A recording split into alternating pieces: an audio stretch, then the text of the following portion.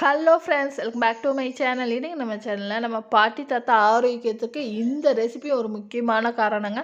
நல்லா ஹெல்த்தியாக சூப்பரான நம்ம முன்னோர்களின் பாரம்பரியமான ரெசிபி ஆரோக்கியமாக இருக்கும். வாங்க எப்படி பண்ணணும்னு வீடியோக்குள்ளே போய் பார்த்துடலாம். இந்த ரெசிபி பண்ணுறதுக்கு 1 டம்ளர் அளவு கோதுமாவை ஒரு பாத்திரத்தில் சேர்த்துக்கிறாங்க. 1 டம்ளர் அளவு கோதுமாவுக்கு 2 டம்ளர் அளவு தண்ணியும் சேர்த்து 1/4 டீஸ்பூன் அளவு உப்பும் சேர்த்துட்டு நல்லா கட்டி இல்லாமல் கரண்டி வச்சு இந்த மாதிரி ஒரு 5 நிமிஷம் நல்லா கலந்து விடுங்க. ஒரு 5 நிமிஷம் கைவிடாமல் இந்த மாதிரி நல்லா கலந்து கொடுக்கும்போது கட்டி இல்லாமல் பாருங்கள், நம்மளுக்கு கொஞ்சம் கூட கட்டியே இருக்காது. இந்த அளவுக்கு நல்லா கலந்ததுக்கப்புறம் இந்த மாவு அப்படியே நம்ம அடுப்பில் எடுத்து வச்சு அடுப்பை மீடியம் ஃப்ளேமில் வச்சு கட்டி விழுகாத மாதிரி அடுப்பை ஆன் பண்ணிவிட்டு நல்லா நம்ம கலந்து விட்டுக்கலாங்க. பாருங்கள், ஒரு 2லேருந்து ஒரு 3 நிமிஷத்தில் இந்த அளவுக்கு நல்லா திக்னஸ் ஆக ஆரம்பிச்சிடும். பாத்திரத்தை நல்லா டைட்டாக பிடிச்சிட்டு கரண்டியும் எடுக்காமல் நல்லா நீங்கள் கலந்து விடுங்க. இன்னுமே நல்லா இந்த அளவுக்கு பாருங்கள், நல்லா கட்டியாகி திக்னஸ் ஆகி வரும். இந்த ஸ்டேஜில் நம்ம அடுப்பை ஆஃப் பண்ணிவிட்டு நம்ம இறக்கி வச்சிடலாங்க. அந்த சூட்லேயே பாருங்கள், கரண்டில் உள்ள மாவெல்லாம் ஒன்று போல் எடுத்து விட்டுட்டு ஓரங்களில் உள்ள மாவையும் தண்ணியை தொட்டு நீங்கள் எடுத்து விடுங்க. அப்போ தான் சூடு தெரியாமல் இருக்கும் கைக்கு. இந்த மாதிரி ஒன்று போல் லெவல் பண்ணிவிட்டு மூடி போட்டு மூடிடலாங்க. மூடிட்டு அடுப்பில் ஒரு குக்கர் வச்சுட்டு ஒரு 2 டம்ளர் அளவு தண்ணி சேர்த்துக்கோங்க. தண்ணி சேர்த்துட்டு அது மேலே நான் ஸ்டாண்டு போட்டிருக்கேன். நம்ம வேக வச்சுருந்த கோதுமை மாவையும் இந்த ஸ்டாண்டு மேலே எடுத்து வச்சு இப்போ மூடி போட்டு ஒரு 4லேருந்து 5 விசில் வச்சு வேக வச்சு எடுத்துக்கலாங்க. 5 விசில் வரதுக்குள்ளே சூப்பராக நம்ம இதுக்கு ஒரு சைடிஷு மீன் குழம்பு செஞ்சிடலாங்க.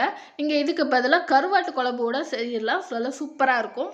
மீன் குழம்பு மண் பாத்திரத்தில் நல்லா மணமாக செய்ய போகிறேங்க. அடுப்பில் மண் பாத்திரம் வச்சுட்டு 2 ஸ்பூன் அளவு எண்ணெய் சேர்த்துட்டு ஒரு 20 போல் வெந்தயம், 1/4 டீஸ்பூன் அளவு கடுகு நல்லா வெடித்ததுக்கப்புறம் ஒரு 10 சின்ன வெங்காயத்தை பொடுசாக நறுக்கி சேர்த்துருக்கேன். சிம்லே வச்சு நல்லா செவந்து வரட்டும் இந்த சின்ன வெங்காயம். அது வரைக்கும் நம்ம சிம்மில் வச்சு வதக்கி விட்டுக்கலாங்க. இப்போ அது சின்ன வெங்காயம் வதங்கிறதுக்குள்ளே நம்ம மீன் குழம்புக்கு ஒரு பேஸ்ட் ரெடி பண்ணிடலாம். ஒரு 20 போல் சின்ன வெங்காயம் ஒரு மிக்ஸர் ஜாரில் சேர்த்துக்கலாம். 2 நல்லா பழுத்த தக்காளி, ஒரு 5லேருந்து 6 பல்லளவு பூண்டு, வீட்டில் நார்மலாக இருக்கக்கூடிய குழம்பு மசாலா தாங்க நான் சேர்த்துருக்கேன். ஒரு 1½ ஸ்பூன் அளவு சேர்த்துருக்கேன். உங்களோட குழம்பு பக்குவத்துக்கு தகுந்த மாதிரி நீங்கள் 1லேருந்து ஒரு 2 ஸ்பூன் அளவு கூட நீங்கள் சேர்த்துக்கலாம். நான் 1½ ஸ்பூன் அளவு குழம்பு மசாலா சேர்த்துட்டு தண்ணி எதுவுமே சேர்க்க வேணாம். இந்த தக்காளியில் இருக்கிற தண்ணியே போதுமானதாக இருக்கும். அரைக்கையில் நல்லா மெய்யாக இந்த அளவுக்கு தண்ணி சேர்க்காமே நல்லா அரைச்சிருச்சு பாருங்கள். இப்போது வெங்காயமே நல்லா செவந்துருச்சு. நம்ம அரைச்ச மசாலாவை இந்த வெங்காயத்து கூட சேர்த்துட்டு ஒரு 2லேருந்து 3 நிமிஷம் இந்த பச்சை ஸ்மெல் போகிற வரைக்கும் நம்ம வதக்கி விட்டுக்கலாங்க. வெங்காயம் தக்காளி அரைச்சி சேர்க்கும் போது குழம்பு நம்மளுக்கு நல்லா திக்னஸாகவே கிடைக்கும். அதனால் நான் அரைச்சி சேர்த்துருக்கேன் வெங்காயம் தக்காளி. 2 நிமிஷம் நல்லா வதக்கி கொடுத்ததுக்கப்புறம் ஒரு லெமன் சைஸ் அளவு புளிக்கரைச்சல் சேர்த்துக்கிறேங்க. சேர்த்துட்டு இப்போ உங்களுக்கு எந்த அளவுக்கு தண்ணி தேவைப்படுதோ அந்த அளவுக்கு தண்ணி சேர்த்துக்கலாம். நான் இதில் பார்த்திங்கன்னா ஒரு 2லேருந்து ஒரு 3 டம்ளர் அளவு தண்ணி சேர்த்துக்கிறேங்க. சேர்த்துட்டு மீடியம் ஃப்ளேமில் நம்ம மூடி போட்டு மூடி கொதிக்க வச்சு எடுத்துக்கிடலாங்க. நல்லா கொதித்து வரட்டும். இந்த மசாலாவோட ராஸ்மெல்லாம் நல்லா போகிற வரைக்கும் ஒரு 10 நிமிஷம் மீடியம் ஃப்ளேமில் நம்ம மூடி போட்டு மூடி கொதிக்க வச்சு எடுத்துக்கிடலாங்க. 10 நிமிஷத்துலேயே நல்லா எண்ணெய் பிரிஞ்சு வந்திருக்கும். பார்க்கும்போதே உங்களுக்கு தெரியும், லைட்டாக எண்ணெய் பிரிஞ்சு வந்திருக்கும். எண்ணெய் பிரிஞ்சு வந்ததுக்கப்புறம் நம்ம க்ளீன் பண்ணி வச்சுருக்கிற மீனை சேர்த்துடலாங்க. சேர்த்துட்டு உடஞ்சிடாமல் ஒவ்வொரு மீனையும் கும்மலாக சேர்க்காம தனித்தனியாக நீங்கள் சேர்த்துடலாங்க. சேர்த்துட்டு இப்போ 1/4 டீஸ்பூன் அளவு உப்பு சேர்த்துடலாம்.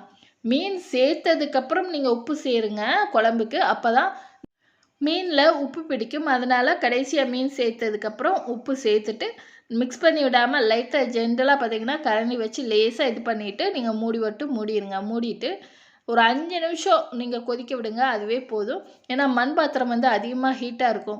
பேலன்ஸ் 5 நிமிஷம் பாருங்கள். நம்ம அடுப்பு ஆஃப் பண்ணதுக்கப்புறம் மண் பாத்திரம் சூட்லேயே அந்த மீன் நல்லாவே வெந்து வந்துடும். வெந்ததுக்கப்புறம் நம்ம கருவேப்பிலை தூவிட்டு ஒரு 10 நிமிஷம் மூடி போட்டு மூடி நம்ம சர்வ் பண்ணிட்டா சூப்பராக நல்லா மணக்க மண்பானையில் மீன் குழம்பு பாருங்கள். ரொம்ப திக்னஸாக இல்லாமல் ரொம்ப தண்ணியாக இல்லாமல் நம்மளோட மீனும் உடையாமல் சூப்பராக மீன் குழம்பு ரெடி ஆயிடுச்சு. குக்கரில் வேக வச்சுருந்த கோதுமை மாவுமே நல்லா 5லேருந்து 6 விசில் வந்துருச்சு. ஃபுல்லாக ஏர் கம்ப்ளீட்டாக ரிலீஸ் ஆகிடுச்சு. லைட்டாக ஆறவும் செஞ்சிருச்சு. இப்போ நம்ம வெளியில் எடுத்துடலாங்க. எடுத்துட்டு நம்ம கரண்டி வச்சு நம்ம இந்த கோதுமை களியை எடுத்துடலாங்க. எடுத்து பார்த்தலாம். நல்லா வெந்து வந்திருக்கு. கீழேயும் அடி பிடிக்கல பாருங்க. நான் வீட்டில் உள்ள குழிக்கரண்டிகிட்ட கோதுமை களியை எடுத்துக்கிறேங்க. நல்லா பெரிய களி உருண்டையாக வேணும்னு நினச்சிங்கன்னா 2 கரண்டி அளவு மாவை நீங்கள் ஒரு பெரிய கிண்ணத்தில் உருட்டி நல்ல பெரிய உருண்டையாக கூட ரெடி பண்ணி எடுத்துக்கிடலாம். நான் பெரிய உருண்டையாக எடுக்காமல் குழிக்கரண்டியில் உள்ள ஒரு களி உருண்டையே போதும். ஒரு கரண்டி அளவு களி உருண்டையை ஒரு கிண்ணத்தில் எடுத்துகிட்டு நம்ம ரெடி பண்ண மீன் குழம்பு நம்ம செஞ்ச மீன் குழம்பையும் சேர்த்துட்டு பிசைஞ்சு சாப்பிட்டு பாருங்கள். சூப்பரான டேஸ்ட்டில் இருக்கும். மீன் குழம்புக்கு பதிலாக முருங்கைக்கீரை குழம்பு கருவாட்டு குழம்பு கூட வச்சு சாப்பிடும்போதுமே ரொம்பவே சூப்பராக இருக்கும். நீங்களும் இந்த பாரம்பரியமான கோதுமை களி மீன் குழம்பு ரெசிபியை உங்கள் வீட்டில் ட்ரை பண்ணி பாருங்கள். ட்ரை பண்ணி பார்த்துட்டு எப்படி இருந்துன்னு உங்களோட ஃபீட்பேக்கை கமெண்ட் பாக்ஸில் கமெண்ட் பண்ணுங்கள். உங்களுக்கு இந்த ரெசிபி பிடிச்சிருந்தா லைக் பண்ணுங்கள், ஷேர் பண்ணுங்கள், மறக்காம என்னோட சேனலை சப்போர்ட் பண்ணுங்கள். டாட்டா, இன்னொரு வீடியோவில் பார்க்கலாம்.